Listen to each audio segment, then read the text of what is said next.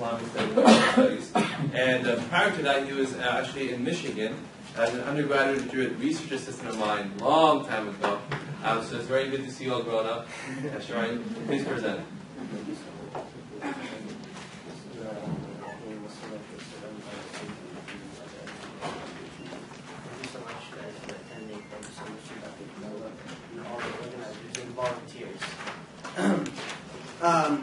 The slides that you have in your binder are different from the slides that are over here, but I don't think it's going to be too much of a problem because there's not too much text in those slides anyway. So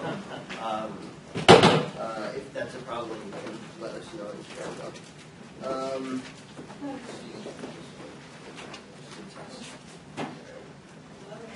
The brown, up and down. Okay, and then this was okay. The objectives, official objectives that the survey addresses are different. Practically speaking, the objective for this talk is for us to understand this equation over here. Why an average Muslim plus a fatwa that is given does not necessarily induce behavioral change in that average Muslim to comply with that fatwa. This morning we were talking with Susan Cochran about all these efforts to promote donation in the various communities and things like that. So I'm going to kind of start off where Dr. Abada left off with his excellent presentation.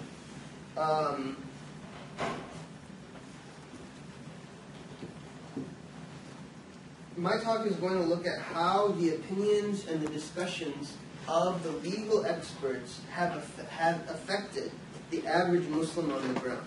So have the Muslims listened to the legal experts? Have they not listened? How have the fatwas from the jurists affected the views and the attitudes of those Muslims on the ground?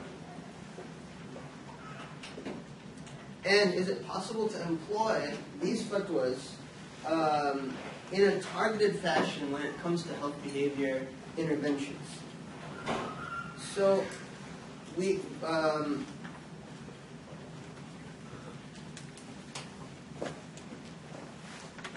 remember this slide from the end of Dr. Abada's presentation. Gave the excellent survey on the various fatwas and the declarations that all of these jurists have given, and he presented lots of areas for further research. And lots of areas that haven't really been described yet. But if you look at this presentation, this table in general, the general sentiment is one of this. Isn't that so? Right? You see all of these people, all of these councils have said, yes, donation is permissible, at least in theory. We'll discuss the specifics as we go on. The prohibited outright was only one. And like he said, I don't want to belittle this because this is a rich tradition. But from the perspective of a Muslim, an average Muslim on the ground, you can see that lots of Muslims lots of jurists have sanctioned donation. So it's no surprise that the various surveys and studies that we have of Muslims on the ground have found that Muslims generally consider organ donation to be something, very favorable, and it's widely accepted in the Muslim countries. The donation rates in Muslim countries are some of the highest in the world. No, that's not true. A review of the literature shows that lay Muslim attitudes to donation and transplantation seem to be negative. So when we found that, we were very, very surprised. Because on one hand, you have so many jurists from all around the world, international councils, national councils, well-reputed, and they're all in theory signing off. But the donation rates among Muslims are low, and surveys show that attitudes towards donation are quite negative. I'd hate to bore you with statistics, so perhaps I'll give you just one example. There was a study which Dr. Padela conducted not too long ago, about 5 years, and I had the pleasure of assisting him with that. we looked at around 1,000 Arab Christians and Muslims in the Detroit area, basically split 50-50. And one of the survey questions that they were asked was, do the participants in the survey feel that organ donation after death is justified? We analyzed the answers that they gave, and we found that Muslim participants were significantly less likely than their Christian counterparts to find organ donation after death to be justified. Statistical analysis was performed. It showed that religion was an independent factor. So, and other studies have found very, very similar results all around the world, even the more recent ones. I did a literature search in preparation for this lecture to see what the recent studies show, and it showed some very similar things. And these results of the surveys are consistent in surveys that are conducted in various countries, various socioeconomic backgrounds, levels of education, etc. So, does that surprise you? It certainly surprised us. The percentages of, unfortunately I don't have them on my fingertips. I have the articles with me, so if anyone wants to discuss it afterwards, we can look. But they were statistically significant. So the question that we ask ourselves is, why is there all this reticence from the Muslim community, even though the jurists have said it's okay? Is it due to some other non-religious factors like socioeconomics, level of education, level of acculturation, etc.? Quite likely, but nevertheless, there's clearly something about being Muslim that's causing this reticence. It's not the only factor at play, but like I said, study after study from all around the world shows that being Muslim is an independent factor. And you said this was specific to the category. Yes, yes, it was. But other studies have talked about different kinds of donation as well. Same thing. Is it lack of awareness, right? So, lots of health interventionists have assumed that the notion that maybe these Muslims are simply not aware that Islam permits donations. Maybe they don't know about all of these fatwas of permissibility. The literature frequently speaks of religion or even lack of awareness regarding a religious stance as a barrier, quote unquote, to donation. I feel like the word barrier is a very, very meaningful word. It implies that you're blocking something that's already in motion, right? If you have lots of traffic, busy highway, and you put a wall right there, a barrier, then the traffic is blocked. But it makes not a lot of sense to put a barrier on a very, very empty road that's rarely traveled, right? So, indeed, there have been studies that suggest that even when Muslim subjects are aware that well-reputed muftis have decreed organ donation to be permissible, Muslim attitudes remain the same. For example, in one study, 22 Saudi Arabian physicians working in the intensive care unit, 90% of those physicians knew about the Islamic view on organ donation as expressed by the Saudi Arabian Senior Ulama Council of permissibility. Nevertheless, only 13% carried donor cards. In another study of Muslims in the UK, the National Juridical Council of UK Muslim Council passed the fatwa judging organ donation to be permissible. 9 years later, they followed up and saw that Muslim donor rates had not risen significantly. So, if Muslims are already motivated to donate in the first place, and Islamic law came along and prohibited that donation, then in that situation it would make sense to call religion some sort of a barrier. But such a notion does not correlate to the evidence we have from these surveys. It makes little sense to run around telling Muslims that it's okay in Islamic law, but they don't want to donate in the first place. I'd like to use a little case study to help investigate this deeper.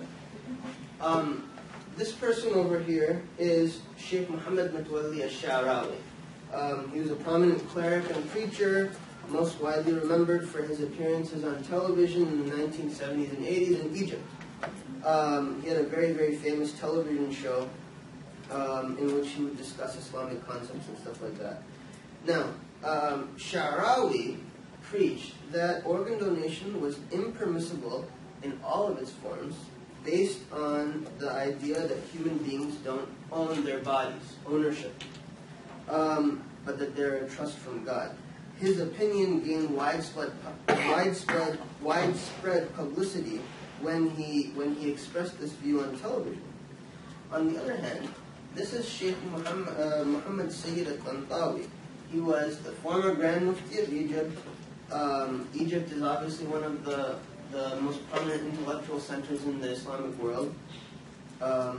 And he later went on to become the Sheikh of Azhar, which Azhar University, one of the most prominent. And he published a fatwa that was very, very different than Sha'rawi's opinion. He said that, organ donation has lots of latitude, just like the past 3 Grand Muftis before him. Nevertheless, it was Sha'rawi's opinion that happens to resonate with Egyptian people much more powerfully than Tantawi's.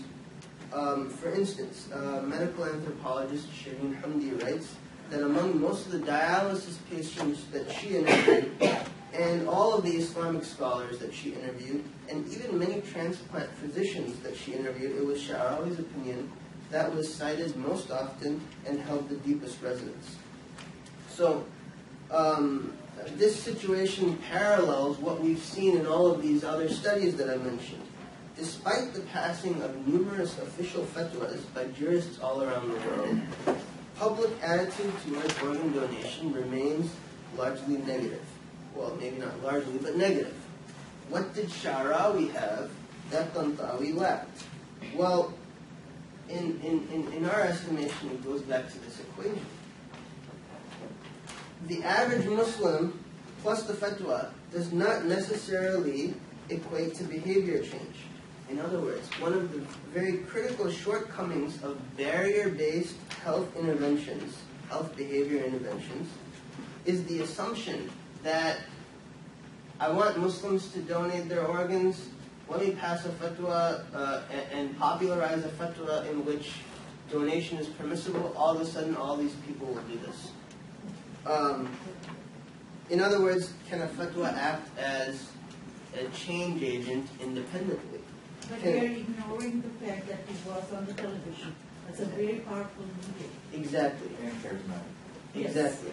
Exactly. Which we're going to discuss in a moment. But this assumption is rooted in a failure to properly understand the dynamics of the relationship between lay Muslims and Islamic religious leadership in the context of making personal ethical decisions. So, the problem is in some of the models that we use. Many health behavior interventionists are not using the right model for how to understand how Islamic religious leadership, in other words, the ulama, interacts with the Muslim laity. And for Islamic religious leadership to be successful, collaboration with that leadership to be successful in the form of an intervention, the medical community must treat the ulama as a dynamic body that's full of variety. So we proposed a model, but in order to understand better, is anyone familiar with this theory of planned behavior? It's, Dr. Padela is smiling. Okay. I was just thinking about this Sha'rawi and Tantawi. These are 2 heavyweights and eminent scholars beyond any shadow of doubt, with literature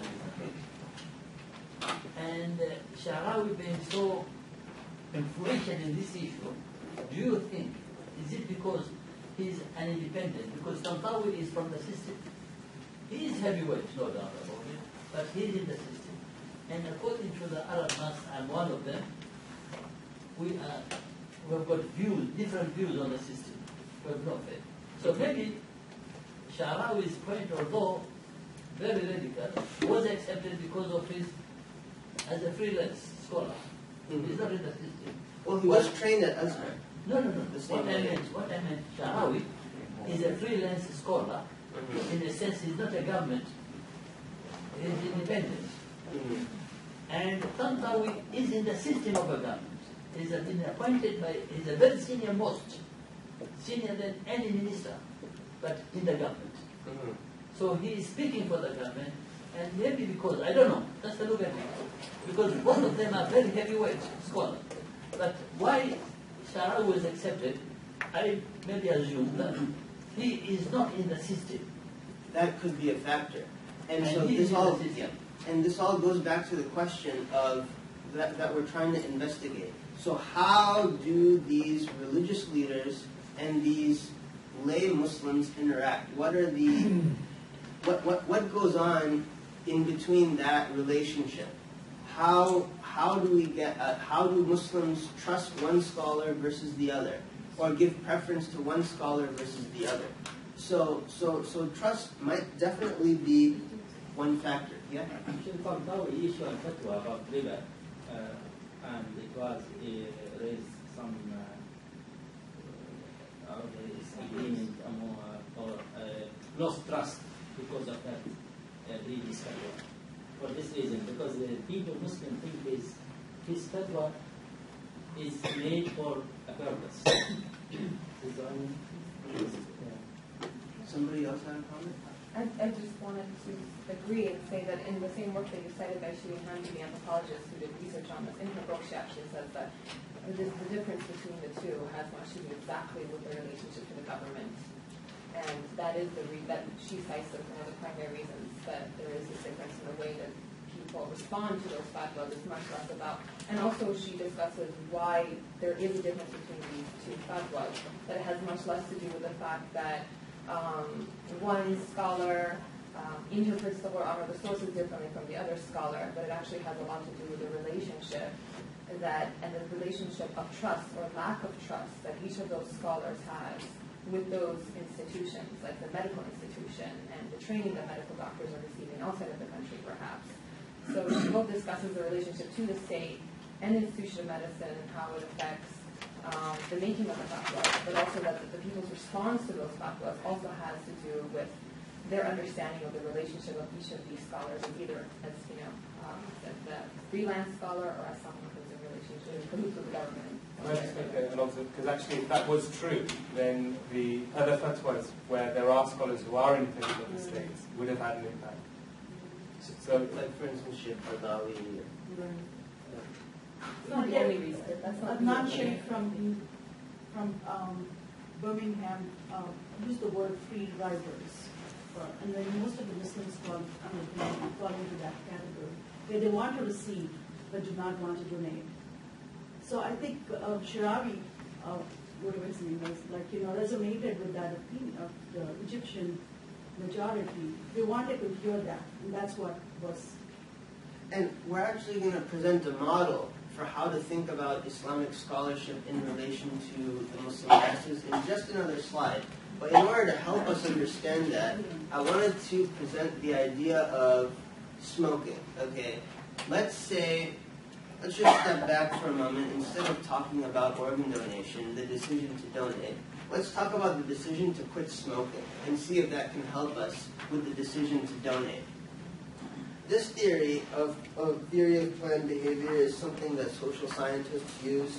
It's a model for how people psychologically approach behavior change. It's a very well-respected theory, and it states, just to summarize, that the biggest predictor in whether a person will change their behavior is whether they have an intention to change that behavior. So the more powerful the intention, the more the behavior change. What are the factors that form a person's intention? The theory enumerates 3, each of which has 2 subdeterminants.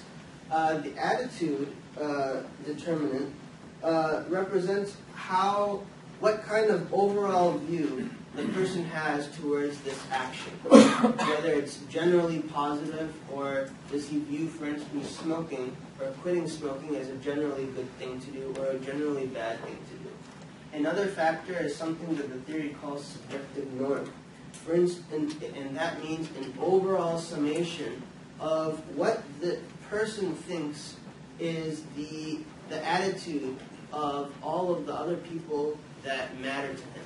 For instance, a person might say, you know, my parents really think it's a good idea for me to quit, or my wife really wants me to quit, that type of thing. And finally, perceived behavioral control, how much a person perceives himself or herself to have control over that change that is proposed. For instance, how hard will quitting smoking be? Will it be something that I can handle or not? And each one of these has two subdeterminants. I want to focus on this one because it's most pertinent to our discussion with regards to organ donation and Islamic behavior change. Subjective norm, the determinant that says you know, how do I feel about all of these other people that matter to me and their attitudes to this behavior change. That's informed by two subdeterminants, normative beliefs and motivation to comply. Normative beliefs is how much the others in my life are likely to approve or disapprove my smoking or whatever. And number two, motivation to comply. How much am I motivated to comply with what they think? In other words, how much do I really care about what my wife thinks about my smoking, or what my husband thinks about my smoking, etc. And this is important because you'll see how this other paradigm that we have created maps on to this theory that we just mentioned. That Islamic scholarship should be viewed as being divided into two subcategories, two subsets. Each subset of Islamic scholarship fulfilling a unique and important role for the average Muslim masses.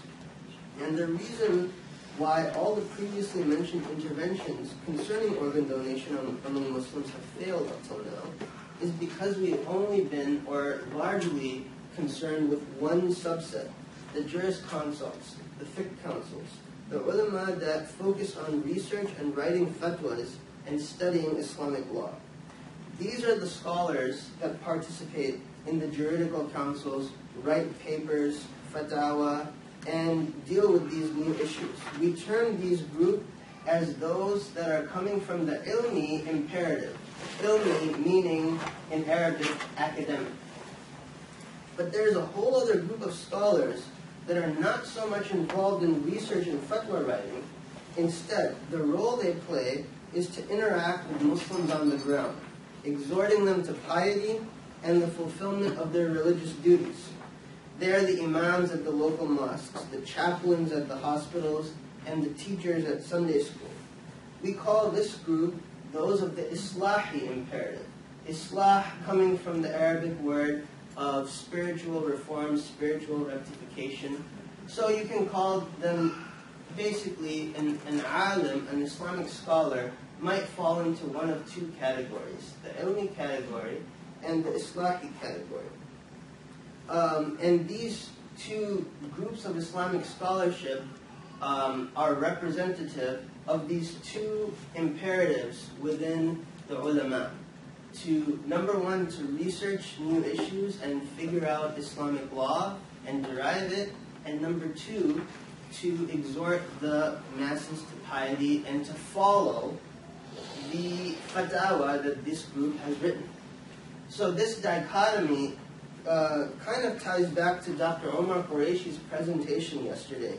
Do you guys remember the very interesting hadith that he mentioned, in which there was a person that came up to the Prophet, peace be upon him, and said that I broke my fast due to relations that I had with my wife. So the Prophet went through a very long list of ways by which the person can expiate himself from this sin. each time the person expressed the method of expiation was too hard for him. So eventually the Prophet ended up giving him a bunch of dates and then let him go with a smile, right? So many audience members were surprised at how Dr. Omar Qureshi was exposing all of these legal implications of this hadith, whereas at first glance, the essence of the hadith seems purely spiritual. At first glance, it might seem that the hadith was simply illustrating the mercy of the Prophet, mercy in his application of punishments, etc. All of those topics were representative of the Islahi value, the spiritual value of that hadith. But Dr. Omar Qureshi said that from the very same scriptural sources, one could derive ilmi lessons too, academic lessons such as, how to expiate one's fast according to the kind of dry Islamic law, in other words. Dr. Omar Qureshi remarked that the way an audience member interpreted that hadith kind of showed whether that person was a Hanafi or a Shafi'i in intellectual disposition. I would say that, I would remark similarly that based on your first reaction to that hadith and what lesson you derived from it initially, I could probably tell you whether your disposition was one of a Muslim jurist or an imam of a masjid or a Sufi sheikh, right? Because the people who immediately saw the spiritual ramifications of that hadith were looking at that hadith from an Islahi lens. Whereas the people that looked at it from a legal lens, they were looking at it from an ilmi lens. But the same scriptural source contains all of these imperatives in it. To clarify what I mean by ilmi and Islahi, you have two Muslim clerics, right? One of them is a professor at the Islamic law at the university. He probably spends most of his time at the desk engrossed in his books. He researches modern issues such as the ethics of organ donation. He writes fatwas documenting his opinion based on his or her research. There are females that are involved in this too, obviously. He is a representative of the ilmi imperative. On the other hand, we have a local cleric that works in the community. Perhaps he teaches at an Islamic school, or he gives weekend classes. Perhaps he's the imam of the mosque where he delivers sermons. Perhaps he counsels people, so like a chaplain, right? His job or her job is to exhort the Muslims to piety. He is a representative of the Islahi imperative. While the ilmi imperative is concerned with deciphering whether I can do something or not, the Islahi imperative is concerned with encouraging people to care about whether they can or cannot do something. Understand? Both imperatives go hand in hand. One is not more important than the other. Rather, especially when it comes to organ donation and other such ethical issues,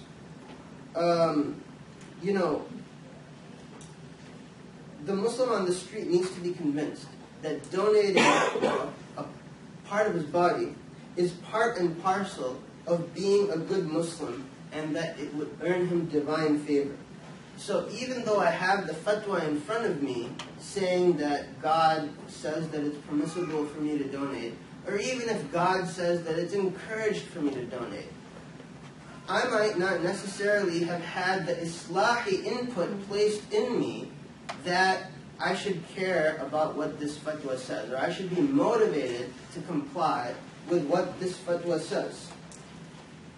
The Islahi literature, the literature shows that the Islahi scholars are very important in the decision of people to donate their organs or not.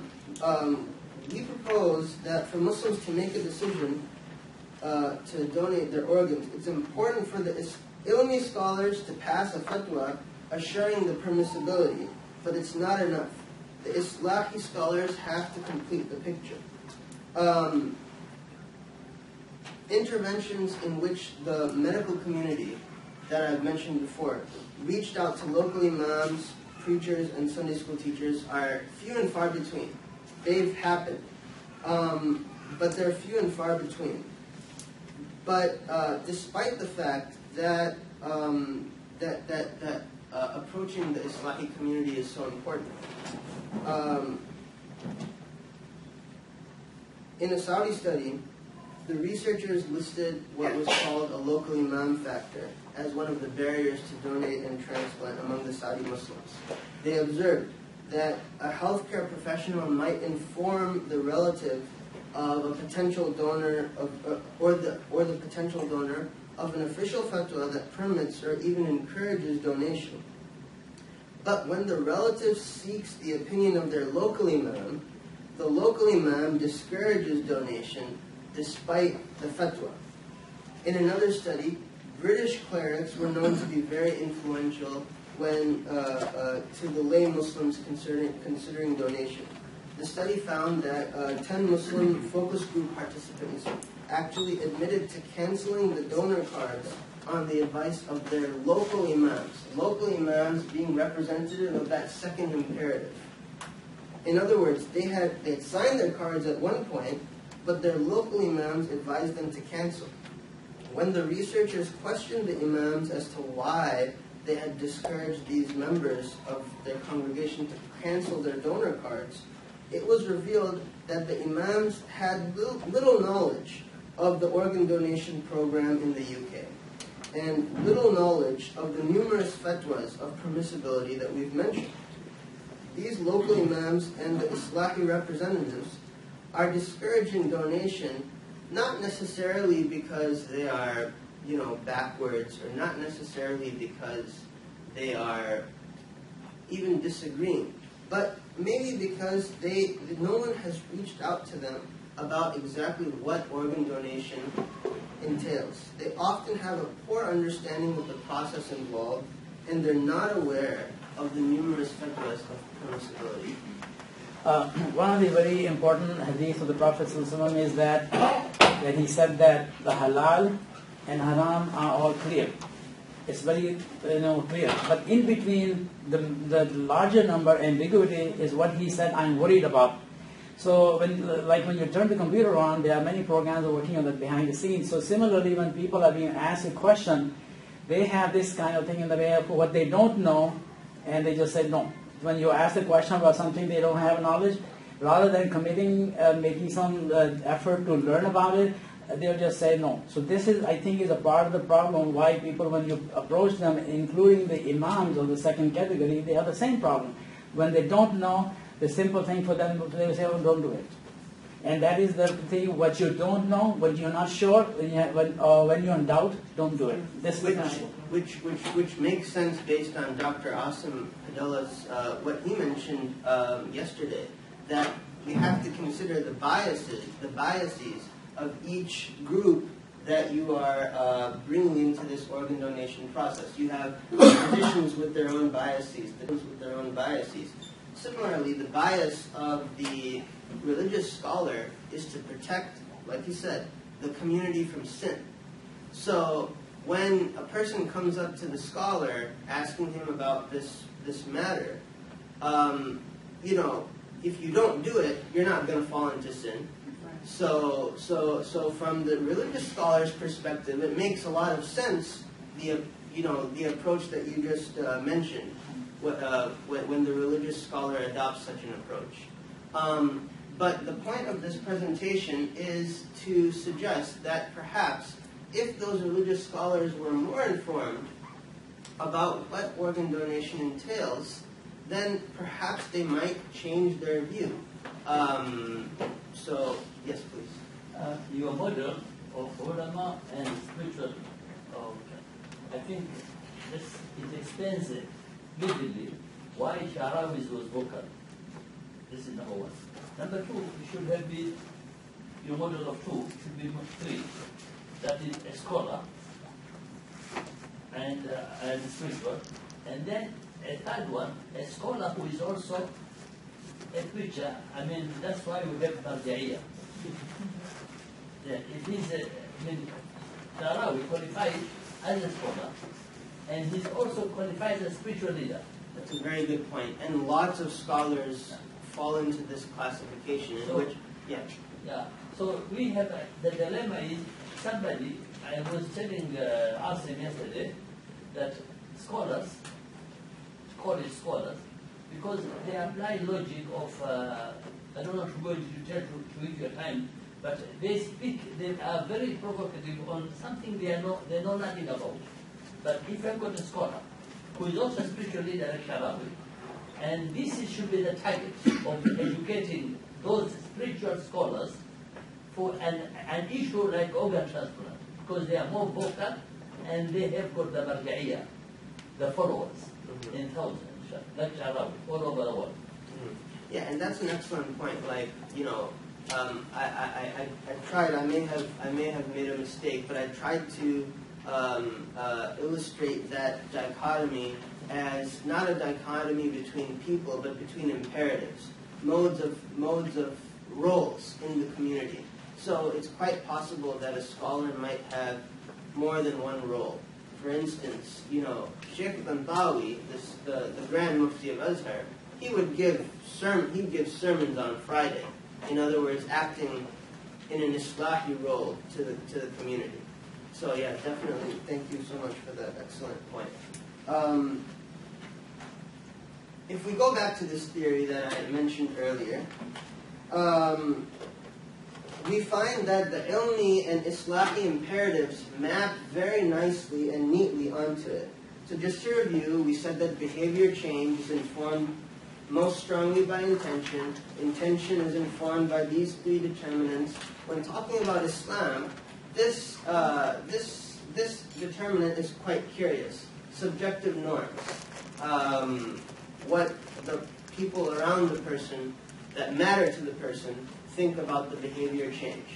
What they think about, what the person perceives them to think about it, and how much that person cares about what they think. So, in the context of Muslim ethical decision-making, the normative beliefs are that of which God thinks about this action, right? And the motivation to comply is how much I am motivated to comply with God's opinion of this action, as to the exclusion of all others. There's an excellent verse in the Quran that determines this, in which God says, you know, قُلْ إِنْ كَانَ آبَاؤُكُمْ وَأَبْنَاؤُكُمْ وَإِخْوَانُكُمْ وَعَشِيرَتُكُم وَأَمْوَالٌ اقْتَرَفْتُمُوهَا.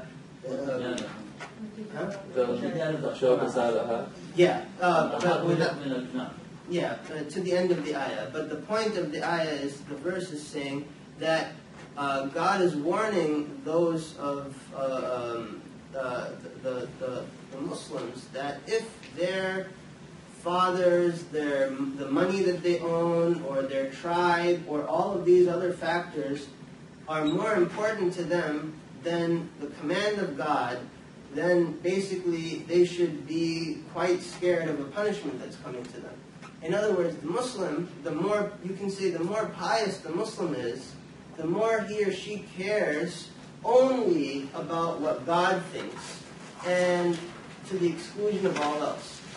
So you can say that the goal of the ilmi imperative is to use these scriptures, the Quran, the Hadith, and all of the other tools that the presenters of yesterday mentioned in Islamic law, to derive, to the best of their ability, their understanding of what God thinks on every single issue that might come up in a human's life.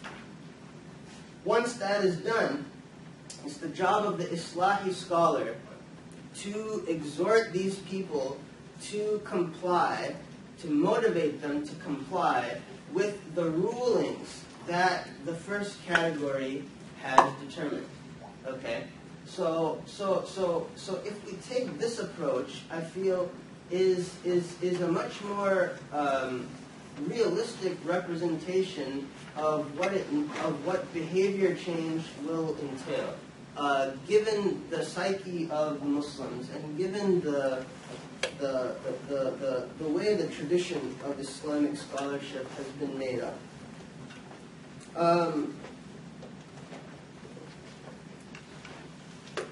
So, can you guys think very briefly about what we have discussed today? How can it be, what can we learn from it to apply to future health interventions?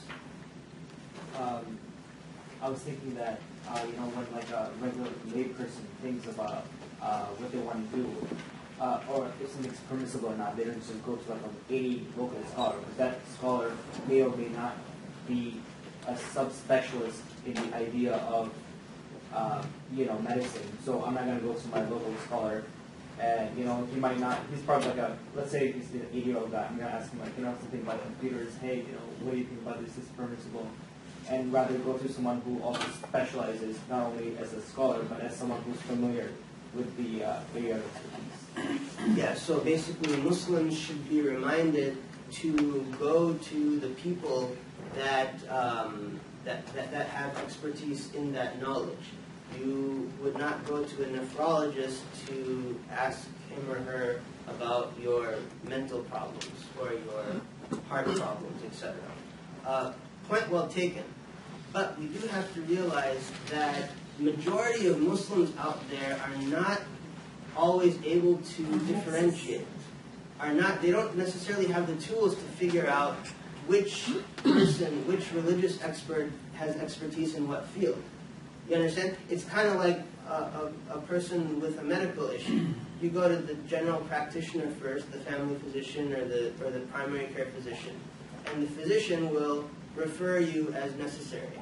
So, anybody have a response to that? No, they don't have access. They don't access In the community, we don't have access. So it's like You go to your local you imam go to your first. local imam, that's it. Because that's who you know, and that's who you trust, and that's who you go to.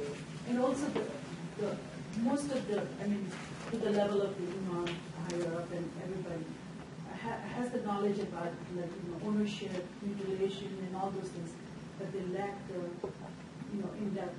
So they speak based on their knowledge about the ownership and mutilation. Yeah, so to be more effective, there needs to be more communication probably between the upper level scholars who are sitting at the desks and educating the imams and the Sunday school teachers, and then those are the people who have the trust of the community and reach the communities. There needs to be that level of scholarship, maybe reaching out more towards that group as opposed to even laymen. A kind of instead of continuing medical education, maybe there should be some effort within the Islamic scholarship community to create some sort of continuing, support groups and things like that. There should be more teamwork between the scholars so that the community is not divided based on the division of the opinions of the scholars. And if that is the case, then they should respect the difference as well, but there should be a lot of teamwork between the scholars as well, respecting each other's differences and accepting what else is similar between them. Yes. And initiatives such as these are growing in number. There's been several initiatives in between scholars of different orientations to come together and sign documents of respect of one another's traditions and things like that. So yes, that's an excellent idea. Yes. So 2 points. One of them I wonder about because I'm familiar with it in other religious communities. We're talking as if the imam directs the community. And part of my experience is often the community directs the clergy. And, a rabbi in a congregation will think many times before deciding to take a position that he or she knows is going to be suspect in the community. So that's a further piece of what may be difficult. The other thing is on a different level. I noted this generally, but it was true with the 2 women who joined us from the organ procurement group. They kept speaking of organ donation as sacrificial and as something exceptional. I think one of the things that belongs on the chart is not only spiritual leaders and experts, but the peer community. And as long as we talk about this as permissible but exceptional, I think the lesson that comes through has a kind of default negative quality to it. And why I was pushing in our interchange on whether there was a transcendent value of saving life, in Judaism we call that pikuach nefesh, and I could almost use your slides to give that talk. There are lots of things that are ordinary ways of acting that are very well understood by the mass.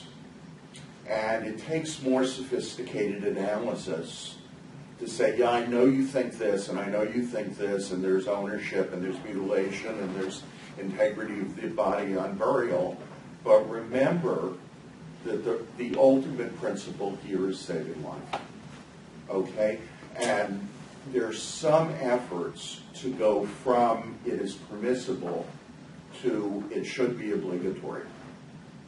Okay? We expect of the members of our group that out of their commitment to some of the deepest principles, that we expect them to donate if they are medically suitable. And that really brings about a change in consciousness and a change in the way you think it. It's not, should I make the exceptional decision to donate, but do I have some really good reason not to live in accordance with the standard of my community, which is to donate. And that, I think, would have a lot of powerful behavioral impact if we could get there. But that has to, that's an excellent point. Of course, that would have to be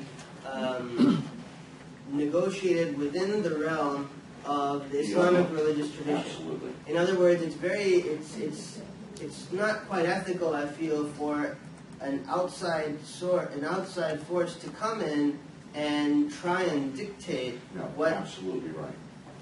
That was the last slide. You know, if you look at some of the scholars have changed their position about the nations. So if you look at it, like, if you make the community aware of their needs and why, I think it'll change the attitudes. So part of this is also going to be dealing with the larger cultural framework of presumed consent versus informed consent. And that also has to do with this sort of larger obligation to the community. And so there are lots of barriers, though, in the United States to going towards presumed consent. But that would make part of that change that you're describing. That's right. I think the presumed consent will be kind of difficult to swallow with the Muslim community. It needs to be more massive education. It's another piece of the whole picture. Right, but the massive education is the first step, and presumed consent, if that comes in first, that's going to be a bit rejection because they need to know first what it is before they accept it. I want to kind of exit from the legal lens, however, in trying to figure out whether something is ethical or not. Because the point of this lecture is to kind of get us to think about spiritual matters, and like whatever the jurists and ethicists do, they do. But how does the community how do we get the community to follow and latch on to what's going on in those sectors? So, did you have a comment? Yeah, sure. Thank you for your great talk. I mean, I want to, ask for, what are, if you suspect that the Islamic imperative is largely coming from, the masses' own family, rather than the local imams, because family members have, educated elders and they pass on their own notions to, their own family members. And how do we educate really the family members and the population in general? So then those family members would be considered under this, the family members would all of a sudden become we lump them into here. And that's kind of the problem. As far as the only imperative is concerned, it's quite clear. The representatives of the Ilmi imperative are jurists, because it takes a lot of training to do that, and only they really have access to this imperative. But when it comes to the Islahi imperative, it's hard, because you can talk about, educating imams and reaching out to imams, but you also have to reach out to family members, you have to reach out to chaplains, you have to reach out to Sufi sheikhs, you have to reach out to all of these other representatives of this imperative. So it's challenging, and where to start and all of these questions. Yes. So I have a comment. So when you were doing your surveys that you were surveying in Michigan, were there any differences generationally? And how large were they? In terms of younger people, older people, are there shifts in how people are perceiving this over time? Was age a factor in that thing? I don't remember. I don't. You see background. We can send you. It was years ago. Our goal was to isolate religion. So the comparative they talked about between Arab Christians who were Arabs who were Christian and Muslim was to independently. So we did a multivariate model where we controlled for age, sex, socioeconomic status, health insurance status, to see whether the prediction of being Muslim by itself in the same community, living in the same 10 zip codes, would lead to negative attitude. That was an independent predictor. So we controlled for those. I'm sure acculturation, likely, but I can't tell you that without looking at the paper again. Whether acculturation by itself or the markers of how many years you lived in the United States or independent factors as well. There are two things I want to mention. One is that, we were talking about fatwas, but do we have time? Or I'm going to let you off in 2 minutes or so. okay. So one is the fatwas that we are talking about. But say, for example, take prayer and zakat, and running by. Everybody knows that this is obligatory. Okay. What percentage of Muslims actually practice that? Okay. That way, so I was not surprised when you presented this study, because this is the practice part, the behavior and the attitude is off. So here we are dealing with the scholars, but we are talking about the very divine thing, order that you have to pray, you have to give zakat, okay, the charity, not the charity which is the compulsory charity, and how many of us will do that? Now the second point was that in our mosque, we were trying to have a school, and all the the Muslim banks or financial institutions, they couldn't pay us. We were looking for 6 million. So I voted, and we talked to the Ilmi scholar, okay, or academic, and he said yes, it's okay to get it from the bank. So a lot of people accused me that I sold my faith, and bought the interest from the bank. But when I talked to the Islami spiritual scholars, he was more forceful, in his acceptance of what I did, because he said that you are making a change, for the larger community, and he was able to see beyond, just the academic or the fiqh thing, You actually asked. I asked both, and both were positive, but the Islahi was more powerful in his positive response. So I felt better, but people, from my board and from my friend, they were really accusing, made me really feel guilty that I did something bad. So perhaps they do not follow the same Ilmi authorities as you did. Maybe they don't consider that view that particular Ilmi scholar had to be the correct view. Perhaps they follow a different view. So that would be one thing. Sorry. I'll let you be. So we're going to have plenty of time for questions. We have the basic case discussion. So I want to join you in thanking Shoaib.